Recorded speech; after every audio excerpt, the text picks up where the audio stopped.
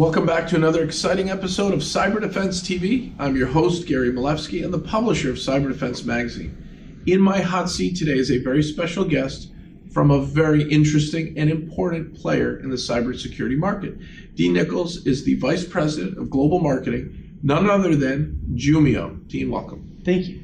So there's a big issue in this world. There's an old cartoon one of my friends has on the refrigerator. On the internet, no one knows if you're a dog, right? Who knows who's who? Can Jumio help solve that problem, especially if someone's trying to do online banking, or maybe they're on a dating site, or maybe they're on Amazon buying goods? I mean, right. How do I know it's really you, the customer, not someone who stole your identity? That's exactly why our business was created, to solve that problem, to figure out, are you who you say you are? How do you figure that out? So the way we don't do it is we don't ask for questions about what's your mother's maiden name, or what's your first car, right? That's known as knowledge-based authentication. We don't ping databases like credit bureaus. What we do instead is, when you go to sign up for a new service or a new online banking account, we're going to say, Gary, show us your driver's license or your passport. Take a picture of that with your smartphone or with your webcam. We're going to make sure that that ID is valid and legitimate and hasn't been tampered with or photoshopped. The next thing we're going to do is have you take a selfie. And what we do then is we compare the selfie, the picture in the selfie, to the picture on the government-issued ID, and make sure it's a match. Now, embedded in there is some liveness detection, a lot of other fancy technology, and then within a minute we can tell you that this is in fact Gary, and then the bank or the sharing economy site or whoever that might be can then issue you your account.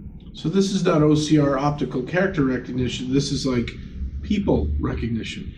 Right, but it does involve some OCR. It involves computer vision, it involves AI, machine learning, facial recognition, and biometrics. Biometrics. Yeah. This is what else? You doing anything else? Geolocating my phone? Well, some of this is private, some of it is public knowledge.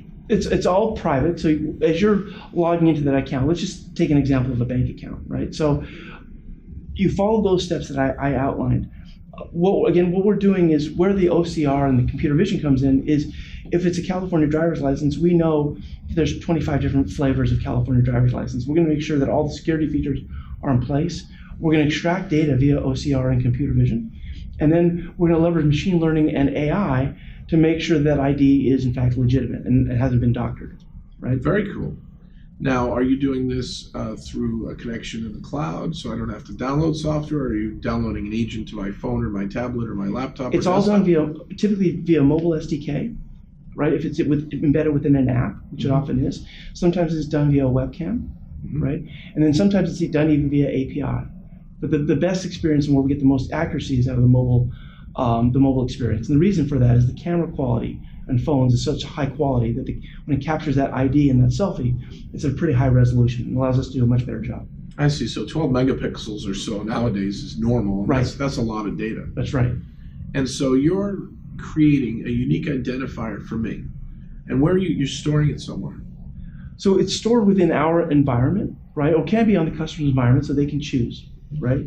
And so now, what we do is then, after we assess all of that data, we say the ID is valid, the selfie is valid, and there isn't fraud, we would then return a yes or no decision back to the bank in the example I gave, right? The bank might look at other bits of information to fully assess whether or not they're going to give you that account or give you a loan, right? But you're guaranteeing the ID of the individual at this device is me. Correct.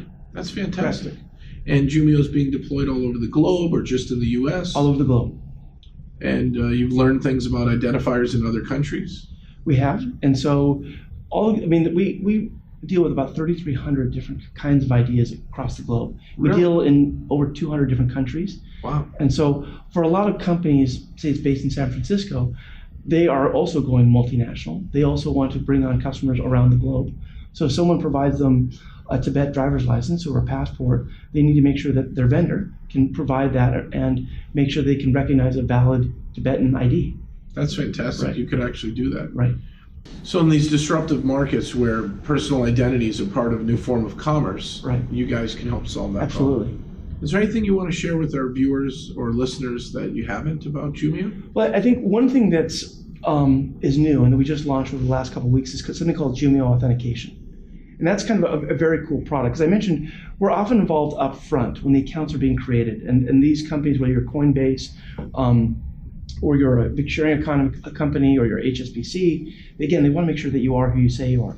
Once you're onboarded, right, what do you do now if there's a high-risk transaction? So now we go from the world of identity proofing to the world of authentication. And historically, the technologies used by both are completely disparate, right? So they use one set of technologies for onboarding.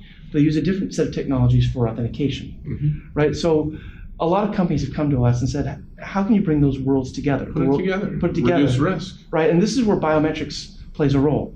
I mentioned a little bit about liveness detection, right? Now, one of the things that we've done, we work with a company called FaceTech. And during that picture process of taking a selfie, we're actually taking a video.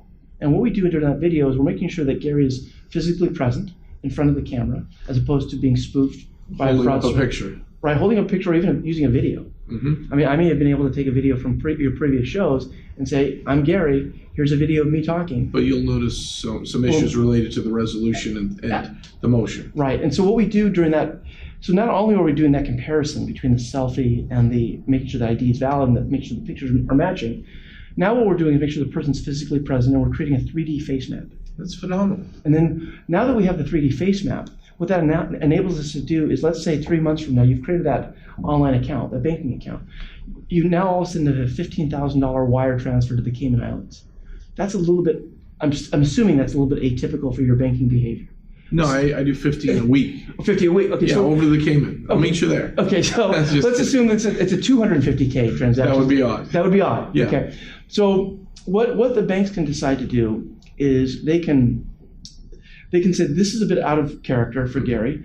We're going to say, Gary, take a quick selfie, literally within seconds. A refresh of it's really me. Compare it to the one that we took when you enrolled in the account, and say these 3D face maps now are completely identical. They match, and we're looking at the facial features and how close your eyes are to your nose, et cetera. Wow. And instead of asking for your mother's maiden name or your first car, which is all stolen and hacked, because medical record breaches, it's all in there. Right. Well, the fulls, it's all over the dark web. Exactly. And so this is now leveraging biometrics and liveness detection to say this is in fact Gary. So this real-time identification and kind of reauthorization, right. Proof that it's me yet again. Right. And there's even dramatically reduces risk. Absolutely. And the other thing is, it's a lot of people are adopting biometric authentication and verification, not only because it's easier, but it's actually faster than KBA. It's a better user experience, and you don't have to remember passwords. That sounds great. Right. So another, even I think a more exciting use case is, imagine a rental car, right?